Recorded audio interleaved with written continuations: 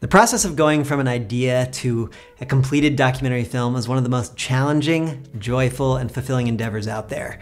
So if you're thinking of making your first documentary, here are 20 filmmaking tips going through pre-production, production, and finally post-production that will set you up for success. And at the end, I'll share what I consider to be my first ever documentary and why making it changed my life. Oh, and before we start, if you're new here, my name is Austin Meyer. I'm a documentary filmmaker, National Geographic Explorer based in Berkeley, California. And on this channel, I share the field-tested skills, mindsets, and lessons that have helped me on my journey as a documentary filmmaker. Okay, let's do this. Let's start off with number 1, stay local. Choose a documentary project that is local to where you are. It can look really romantic to travel to far-flung destinations to create a film, but that also takes a lot of time, money, and decreases your room for error. Instead, opt for a project where you live. Chances are, if you choose something local, you'll have much better access to the story, and the amount of time you'll be able to spend working on it will also be a lot more. So for your first documentary, staying local is a great way to reduce the amount of external variables that can derail a project so you can spend more time focused on the storytelling. 2, start with your character. Find a compelling character who is actively seeking something in life that they don't have yet. This could be any number of things: a sense of belonging, a relationship, to prove something to someone, an education, an award, inner peace. What the individual is seeking can be internal or external. The fact that they don't have the thing yet gets them up and into action trying to attain the thing. This action drives a film forward, and the goal typically grounds the story with clear stakes. And if you can, find a character who, during the course of filming, will experience a change in his or her life right there in front of you as you're filming. 3, develop a treatment. There is no right or wrong way to develop a treatment, but the main goal of it is to clarify your vision for the film in pre-production. It's a way to package the idea and synthesize all the emails, phone calls, and thoughts swirling around in your head. Sometimes this is just for my own understanding of the project, but it can also be useful to send to film participants or people who you want to hire to just get everyone on the same page before filming, believing in the same vision. In mine, I like to write up a director's statement, log line, the why behind the film, visual style, and a little bit about the film's participants. 4, conduct pre-interviews. To be as efficient as possible when you're filming, it's super important to conduct pre-interviews as a way to understand your story better and to give participants a sense of what to expect on set. It will also help your participants just be more comfortable working with you. Pre-interviews will be your guide as you figure out your shooting schedule and as you plan your on-camera interviews. 5, storyboard.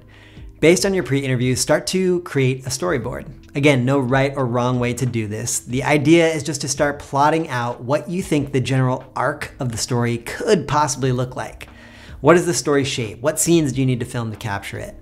I usually just use bullet points in a Word document or use note cards when I do this. Even though changes will inevitably happen once you begin filming, it's important to have a plan of action at the start. 6, craft a shooting schedule in collaboration with your subjects. Once you have your storyboard, start mapping that onto a shoot schedule. It's important to bring your film's participants into this conversation to make sure that they are available and understand how much time you're asking from them on each shoot day. 7, use the equipment you already have. As you head into production, use the equipment you already have. Even if it's just your phone with a little lav mic, do not, and I repeat, do not let gear get in the way of you actually starting this thing. Now, if you do want to invest in some gear for this project, buy used, buy secondhand, borrow from a friend. Don't view this project or whatever gear you have as the end-all be-all. Trust me, this will not be your magnum opus. There will be plenty of time to go down the gear rabbit hole later. Right now, let's just get started. 8, focus more of your attention than you think on sound quality. Honestly, if you do want to invest in anything, get a solid microphone. Viewers will forgive footage that doesn't look great. They won't forgive audio that doesn't sound great. The good news is that you can get a pretty decent mic for very cheap. That combined with something like Premiere Pro's AI audio enhancer, and you can sound like you're on NPR. Just don't disregard your audio. 9, film scenes, not just B-roll. Outside of interviews, most footage in a documentary is either B-roll or scenes.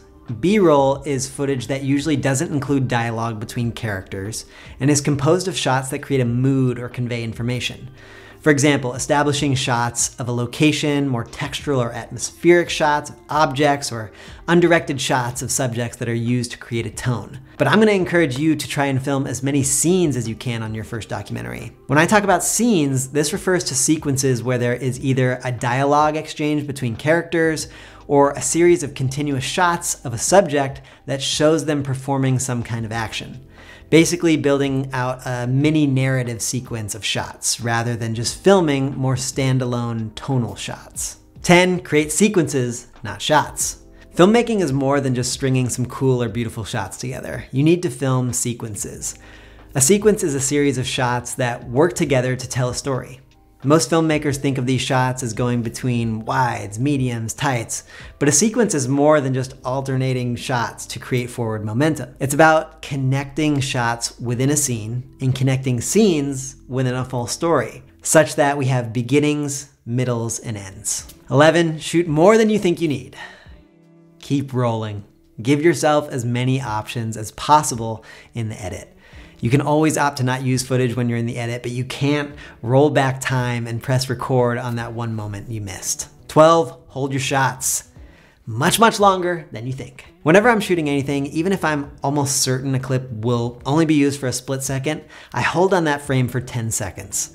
Literally any type of shot. Just get in the habit of holding for 10 seconds so that you have flexibility in the edit. If you start a clip, then reframe, start your count again. I'm always just counting silently in my head. Your editing self will thank you. 13, be open to changing your plans. One of my favorite quotes I've ever heard about documentary filmmaking is from Albert Meisels, the director behind such documentaries as Great Gardens and Gimme Shelter. He said, quote, "If you end up with the film you started with, then you weren't listening along the way." I love this quote. It resonates with me as so true. And if it resonates with you, keep it in your back pocket and don't be afraid to change direction, to course correct, and abandon that plan you set out with at the beginning. 14, back up your footage on multiple external hard drives and create proxies. Protect your footage. Create a system and stick to it. Your footage is everything, so spend money to protect it and getting it backed up on multiple hard drives. Then, as you bring it into your editing software, create proxy files. Proxies are low-resolution versions of your raw footage that will make editing a lot faster. 15, get to know your footage. Take the time to really know your footage and get it organized. You might not start cutting for days or even weeks, depending on how much footage you have. But spending time to watch and make notes on the footage is one of the most important steps in post-production. Knowing everything you have and knowing where it all is will make you much more fluid once you start cutting scenes. 16, edit selects. Start editing scenes to see what you have. These could be obvious scenes that you storyboarded in the beginning and then filmed, or less obvious selects that you just find interesting for some reason. This step is always important for me because it allows me to experiment with style, music, and pacing. This stage is all about wrapping my head around what I actually have. 17, transcribe interviews. It is helpful and more efficient to be able to see and read through interviews instead of watching through them on your computer to find that one specific quote. So run your interviews through some sort of transcription software and have them on hand for the next step. 18, create a physical outline. Different projects call for different types of outlines, but the most common ones that I've used are paper cuts and note cards. A paper cut is a literal paper script of the documentary. It includes interview sound bites and notes about where scenes go. Note cards are less of a word-for-word script and a more scene-based or thematic-based outline of the story. Either way, creating this outline outside of your editing software is very useful because it is easier to delete things, move things around, and experiment with story structure. 19, frequently seek other opinions on drafts. The longer you spend on the edit, the closer you will get to the material, and you will start to lose a sense of objectivity and perspective that is required to create a great documentary. That's why it is critical to keep bringing in folks who have little to no context of what you are making and what the story is, but whose opinion you respect and who are there to support you. And don't wait until your final draft to bring in those opinions. Bring them in as frequently as possible. Get feedback and iterate as quickly as you can. 20, set deadlines for yourself and hit them. When you're working on your first film, you might not have an editor or a funder who's giving you deadlines. And because this art form is so hard, when we don't have deadlines, it is easy for us to procrastinate on projects, and they never get done.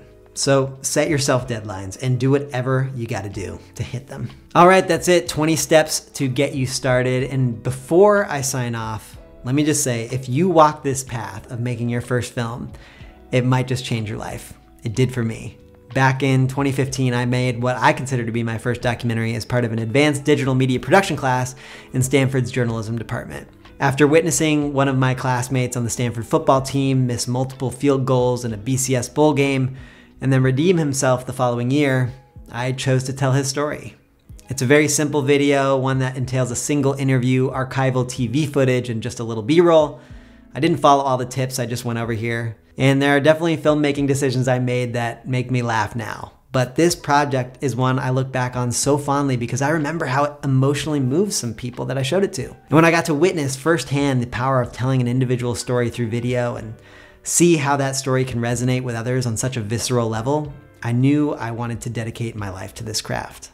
So if you do all of the steps I mentioned in this video, or even just some of them, you will be in a much better place than I was when I first got started. The key is just to start, make mistakes, and learn from them.